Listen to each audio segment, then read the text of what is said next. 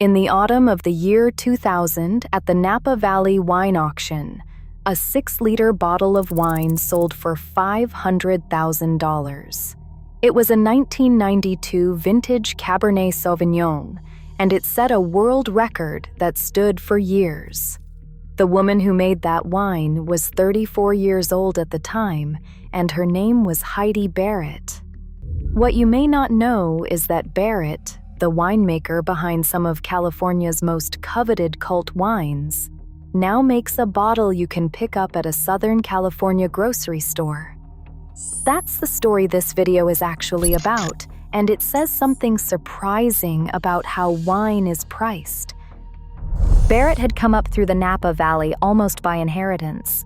Her father was a winemaker at Gallo and later at Beaulieu, and she graduated from UC Davis with a degree in fermentation science.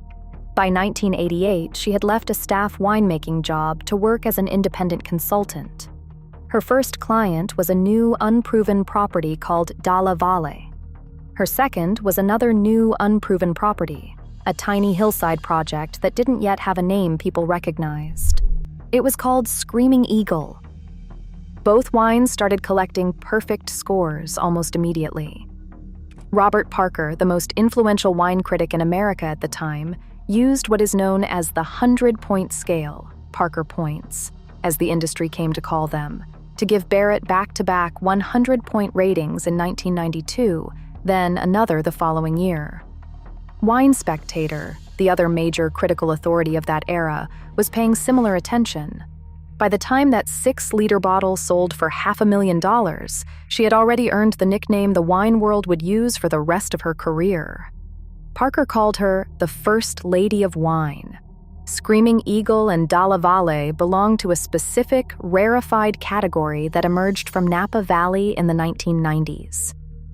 California cult wine. Cult wines are defined less by their appellation and more by their scarcity, their critical scores, and the waiting lists required to buy them. Heidi Barrett did not just make wine in that category. In many ways, she helped create it. For the next 3 decades, Barrett's name became a kind of guarantee. She consulted for Paradigm, for Grace Family, for Lamborn, for Kenzo Estate, for her own label, La Sirena. Wines with her name attached sold for well over $100 a bottle, sometimes considerably more. If you wanted proof that expensive wine and skilled winemaking were the same thing, her career was the proof. In February of 2024, she did something she had never done before. She agreed to make a wine for a supermarket. The retailer was Gelson's, a 29-store specialty grocery chain based in Southern California. They called the project the Winemaker series, and Barrett was its first collaborator. The wine carries her name, and it sits on a shelf next to other bottles that cost $12, $15, $20. It retails for around $50. This is what the industry calls a private label wine, a bottle made by a named producer but sold under a retailer's program rather than the winemaker's own brand. That gap is the entire story, and it is worth sitting with for a moment before explaining it. Because the explanation isn't what most people assume. It isn't that the $50 bottle is secretly inferior, cut with cheaper juice, dressed up with a famous name to justify a markup. Gelson's own category manager has said the private label program isn't built as a margin play. The wines are made by the same winemakers, using the same skill, applied to a smaller, quieter production run that never touches a marketing budget. Julien Fayard is the other name attached to Gelson's private label wines, and his path to a supermarket shelf runs through some of the most prestigious addresses in French winemaking. He trained at Chateau Lafite Rothschild and at Smith Haut Lafite in Bordeaux before coming to Napa Valley in 2006, then spent several years working under Philippe Melka, one of the most sought-after winemaking consultants in California. He describes himself as a non-interventionist winemaker, someone who spends his time in the vineyard rather than manipulating the wine after the fact. He has made wine for Gelson's since 2018, alongside his own labels, Azur, Covert Estate, and Imprenta. That raises a simple question. If the winemaking is genuinely the same, the price shouldn't be so different. And the answer sits inside an industry that, in 2025, was in worse condition than it had been in years. According to the Silicon Valley Bank's 2026 State of the U.S. Wine Industry Report, American wine sales fell to 329 million cases in 2025, down from 410 million cases in 2019. Nearly half the wineries surveyed, 45%, said they believed their own supply was in excess, and 15% called it extremely excessive. Grapes were left unpicked on the vine because there was no demand to justify the cost of harvesting them. That surplus has to go somewhere, and part of it becomes bulk wine, sold anonymously by the tanker load to producers who had no hand in growing the grapes, while part of it becomes private label instead. Rob McMillan, who runs the Silicon Valley Bank's wine division and writes the report each year, called the private label trend a positive form of discounting, one that protects a winery's main brand while still getting excellent juice into people's glasses. For a producer sitting on more wine than the market wants, a quiet, unbranded deal with a grocery chain isn't a compromise. It's often the only buyer left. Gelson's isn't the only retailer running this arrangement, and it's worth saying plainly that this isn't a hidden practice, not a scandal in the traditional sense. Costco has been doing something structurally similar for years, at a much larger scale, under its Kirkland signature label. The clearest example involves Chablis. Kirkland Signature's Premier Cru Chablis is made by Pierre Brissy, the winemaker for Jean-Marc Brocard, a respected producer in Burgundy. Brocard's own label, Premier Cru Chablis, sells for an average of around $43, while the Kirkland version, made by the same winemaker from grapes in the same appellation, has sold for around $19.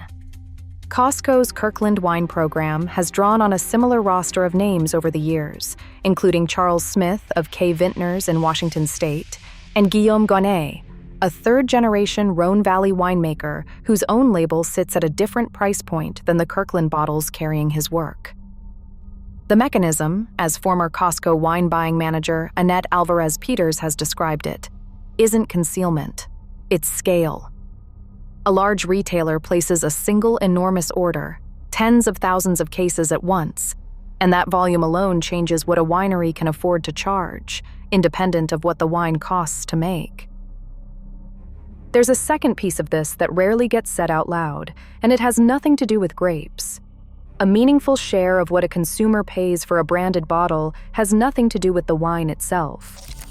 The United States runs what's known as a three-tier distribution system, with producers selling to distributors, distributors selling to retailers, and retailers selling to consumers, and at each layer, costs accumulate.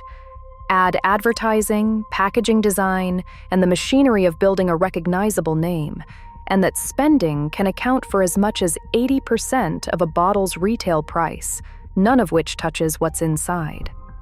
The wine industry also refers to some of these costs through the direct-to-consumer channel, where wineries try to bypass the three-tier structure entirely and sell straight to buyers on their mailing lists, exactly the model that made Screaming Eagle so lucrative.